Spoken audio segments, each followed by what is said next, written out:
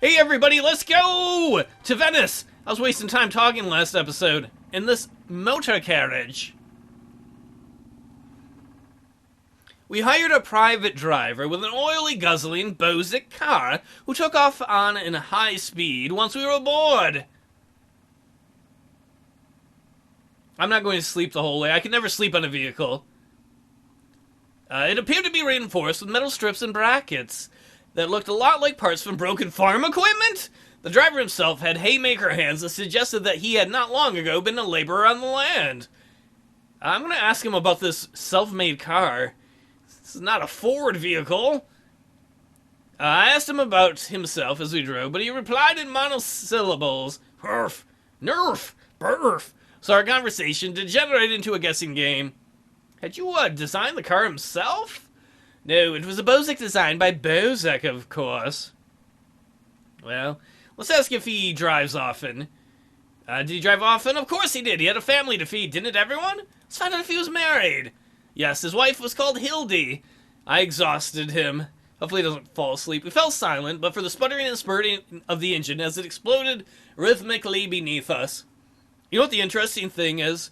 There's a real good chance that a generation from now, people won't be driving internal combustion engines, so they won't know what it's like to drive a vehicle with little explosions going on in the inside. Ooh, we can wait for news now. Let us confess. That's us on the left. That is Phileas Fogg on the right. What is your wish, master? Passaparte, what trouble have you arranged for us now? How's our progress, monsieur? Day 4, I believe, early days. How are our funds? We are quite comfortable. Good. Because we spent a lot of money for this car ride to Venice. I don't know that it was a good idea, to be honest. By midday, we had crested the mountains, and our journey down was almost steam-free. We rolled with the driver pumping the handbrake. That sounds scary. Oh my god! The handbrake of the horse is twice a minute, every minute, for the entire 6 hours it took us to reach the level ground below. I'm guessing they're going to have to replace his brake pads regularly. And then there was the Adriatic Sea, sparkling as though it was encrusted with jewels. Thoughts of grimy London flew from my head. This was the life. See, this is the route I wanted. Nice, Mediterranean, warm. I'm looking out for my master, Mr. Fogg. In short, the car did not explode, thank God, and we were rowed across the Gulf to the city of canals. Hey, it's like anals. That is not funny. Sorry, sir. The lamps were just being lit. And we lost ourselves. Help, where am I? I'm lost. In the narrow, winding alleys, enjoying the smells of grilling fish and red wine. Ooh, the fish sounds good. And the sparkle of glass from the shop windows. This was a pretty place, and we had arrived in. Indeed. Relations with Fogg have improved somewhat. See? I am a good valet. I know how to treat my master to the things he likes. It seems we can complete our valeting set here. Our protection against strenuous conditions. Ooh, excellent. I would like to do that, but we cannot go to the market yet. Should we plan now for tomorrow? Because that's what I want to do, is I want to take the naval route to Athens. It would arrive on Sunday. It leaves tomorrow at 11 a.m. Oh, but I want to spend some time in Paris. You know what, we're just going to go to sleep for the day. How do I get back into... There we go. Let's go to the bed. We'll pass the night here. I mean, we've got, like, 75 days yet. I was walking along the canal side in Venice. Plus, we're in Venice, right? The city of water and canals? When I found myself in the midst of a group of revelers. They wore a fabulous array of masks. Some beak-nosed. Are they doctors? Others brightly feathered. And even some spun of fine glittering wire. I'm going to bow in greeting. And he gave them such a surprise that one tripped, turned, and then tumbled into the canal. That's not good. Because, like, Venice, in the 1800s, I don't believe they have a plumbing system. I think all their poop dumps into the streets, and then the water that comes into the city takes it out.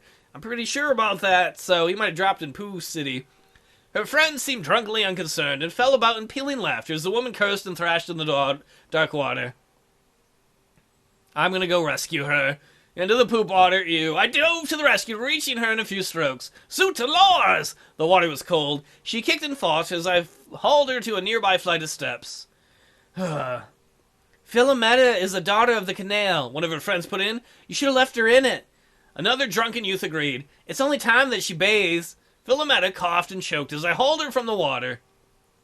I'm going to avert my eyes tactfully. I'm not going to be looking for wet nipple t-shirt contests. For her sodden clothing was immodestly plastered to her skin. "Who are you?" she demanded, seeming to see me for the first time. Her friends made various kissing noises, and suggested a variety of improper roles for me. "Put it in her butt." "A clown," said one. "No, no," said another. "An agent of the Pope," yet another added, sotto voice. "Philometra's foreign lover." If I'm lucky, if I play my cards right, gonna get some Venice pootie tang.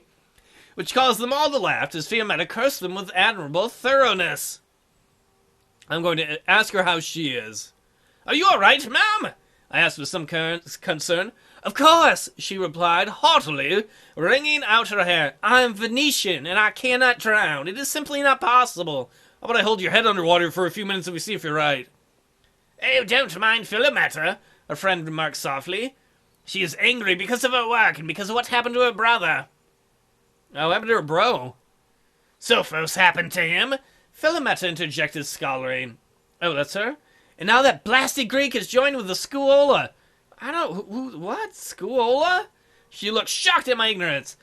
"It is what the artificers of Venice call themselves. They control everything in Italy these days. I thought these guys were nice." She spat into the canal. "If you chance to take the airship from Rome to Athens, you might meet Signor Sophorus. Put a knife in his heart before he takes yours." Well, we're not going to Rome. Sorry, we're going to try and go to Istanbul if we can. I'm not really... I'll give him your love, I promised ambiguously. Philomena laughed darkly. "Ha!" One of her friends took her arm. "Leave such thoughts for another night," he advised, pulling her away. I returned to Monsieur Fogg, still somewhat damp. Alright, so we discovered a new route, but that is not the one we want to go to. The market opens at 7 a.m. Alright, you know what? We're going to buy a ticket for the ferry to Athens. Oh, okay, we can just wait? Alright, then we will wait. Oh, the market's open? We can buy... Where the hell is it? The rest of the valet set.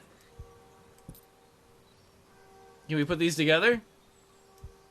What do we got? Carnival mask. Sofa ships, railway cap. Get the top hat and the railway cap. I'm buying way more stuff than we need. Alright, so we have the complete valet set. I don't know why we need that. Something about hard times. And let us row. Our complete valet set should protect against strenuous conditions. Oh, that's good. So we're going to embark on the ferry. I'm going to hire extra space for this stuff, because we have too much luggage. Sweltering heat and mild seas. This promises to be a wearisome option, but the top hat from our gentleman traveler set should make things easier. Excellent. So, we got a valet set to keep Mr. Fogg happy. We got him a nice top hat so he feels pretty. So he's less mad. We left Italy directly, boarding a ferry to take us to Athens via the port of Patras on the east coast. I do hope you're not spending too much passport out. That money has to last all the way around. How about I comb you? Ooh, look! It made him like me more. A shaped mustache, excellent. The boat was crowded, with little room for luggage or perambulation. But with plenty of characters, I fell into broad conversation with a man named Monsieur Mikos, who worked in Venice but was affianced to an Italian girl from a small village in Anatolia. I hope you're enjoying this. I know this is really slow-paced, but I kind of like the slow-paced adventure of, hey, we're just this guy's valet. What is his voice? "It is best to marry outside of one's own, I tell you," he enthused. "Alright, no incest, check. For we are all citizens of the world now, are we not?" "Ah, but you do not know the men and women of Paris. The women are hairy and delicious," I replied wistfully. "They are without compare. Ooh la la is what we say." Now he will want the French pootie tang. Oh no! He does not like me as much. Let us groom him some more. "Thank you, your attentions are most beneficial." It is a good thing we've got the grooming kit. He's all mad about how much money we spent. I had to get the extra suitcase so I could groom you, master, so that you weren't sad and mad, and so that things are okay, right, bro? I mean, I just wanted you to be comfortable. Don't be mad at me. The ferry plowed through plowed on through the sun-dapped waters. I spent my time aboard. Whoa, we can play canasta. We're gonna play canasta. We have cards. Playing canasta with a charming Slavic gentleman who proved to be a fearsome opponent. I won a small sum of £30, along with my opponent's book of English poems. That sounds boring. As evening drew in, the boat turned towards the hovering coastline, and we docked at, I don't know, how do you pronounce it, Patras? Patras? Whatever. Where a small fleet of chuffing cars waited to take us across to Athens. Our funds have gone up a little bit. I have earned some money.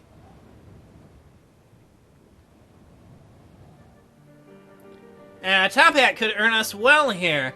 So I'm guessing he's suggesting we should sell the Top Hat. Well, we've got some time. Let's look at what routes we can do. We can go to... I can't see what that is. How do I rotate it? Oh, so that's how I move. I still can't see what that is. And then we could go to Istanbul. I really don't have things planned past... Well, in Istanbul, there's an automaton. I forget what its name was. That we learned about when we were in Paris. So we've gone all the way from London in 6 days down to Athens. Why don't we hit the sack? We won't pass the night here. That we will. My master was not, as a rule, particularly interested in the fabulous locales and exotic cities we journeyed through. But what about the Acropolis? Isn't that the Acropolis right there in Athens? Athens was the exception that proved the rule.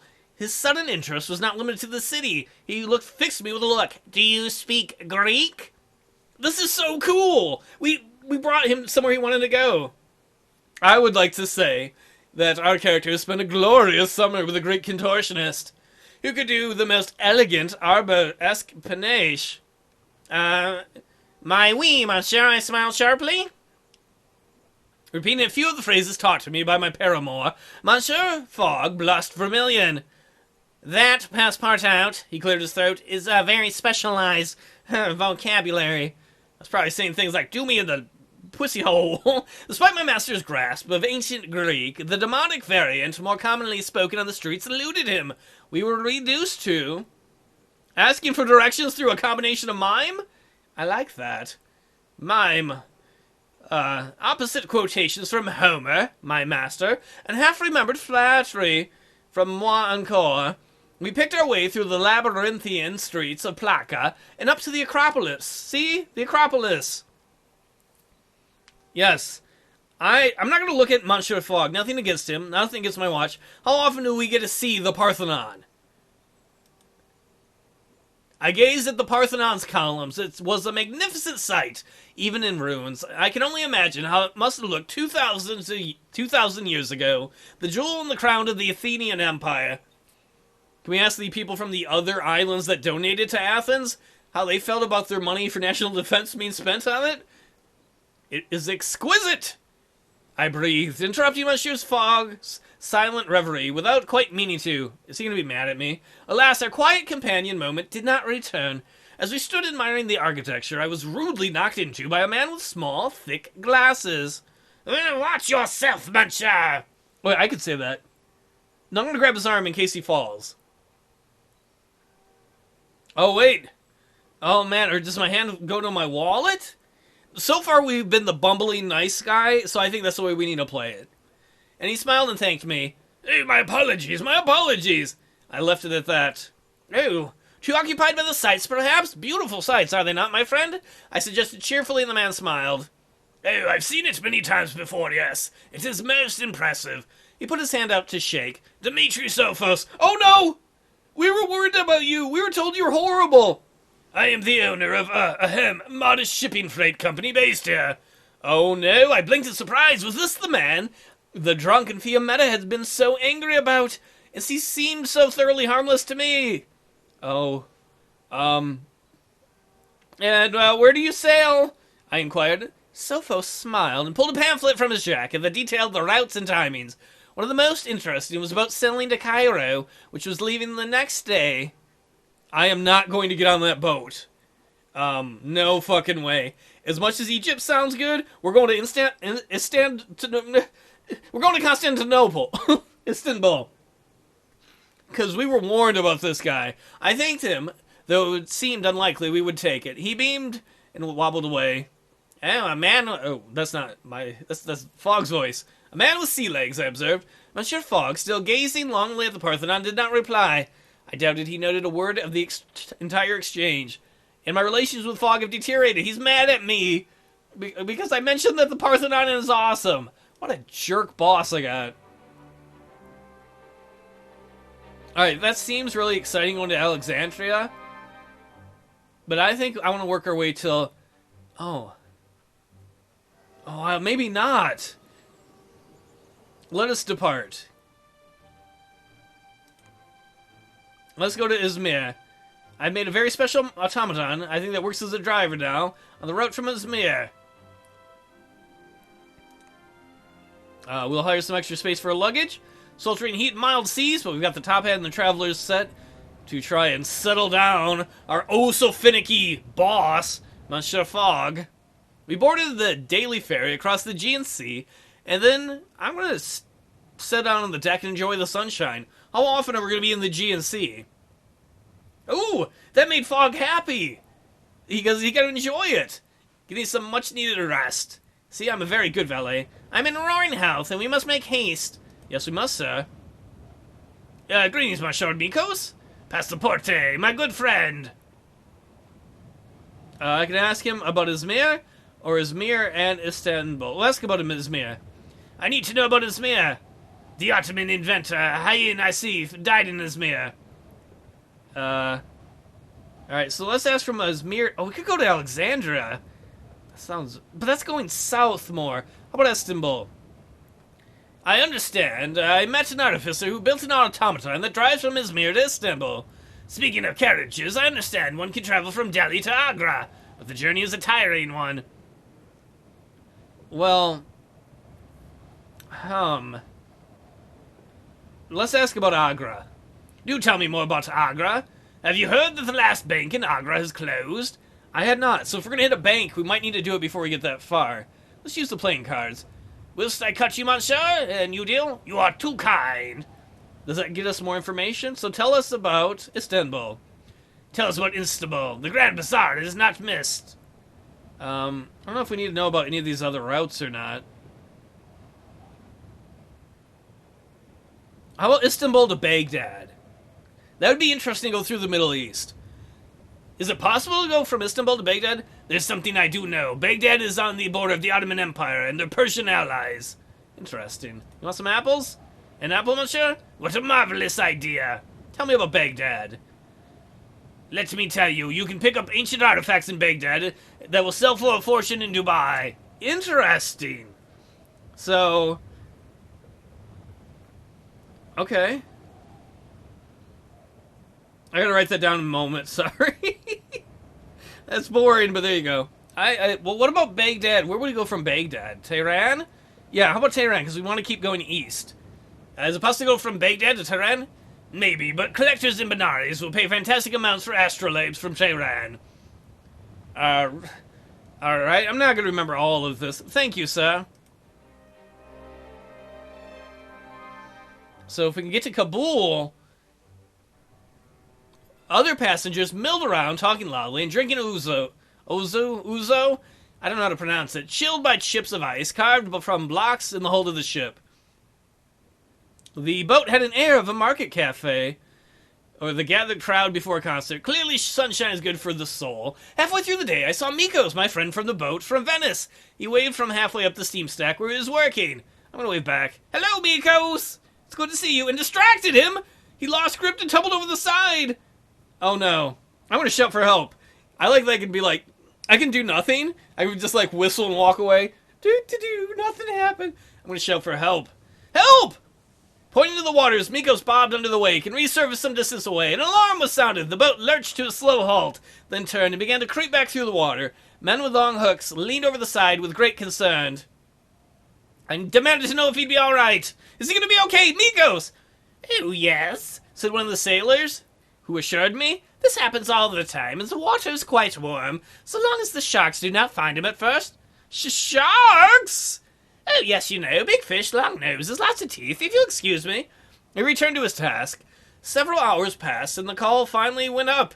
Mikos had been sighted, and no sharks in sight. He was hauled up onto the deck, where he shivered and smiled. "Hey, Passepartout, you dog," he called out. "Were you trying to kill me?" "You should be more careful." "I'm just waved." I called back and nodded. "That I should." I could see the captain of the boat watching us and making a mental note. I suddenly felt terribly sorry for Mikos. But looking next at Monsieur Fogg's face, I saw something of similar calculation going on there. Relations with Fogg have deteriorated slightly. So he's mad that the trip got slowed down because somebody fell overboard and I tried to save them. Monsieur Fogg, have you no heart? Well, everybody, this is where we're going to stop for now. I think we're doing pretty good. Having never played this before, I have no idea. But Fogg likes us. We got £2,500 in the bank. We probably need to visit a bank as soon as we can, because we've not done that yet. And I have no idea when we get to the Far East if we'll even have an opportunity to do that. So thanks for watching, everybody, and I'll catch you all next time.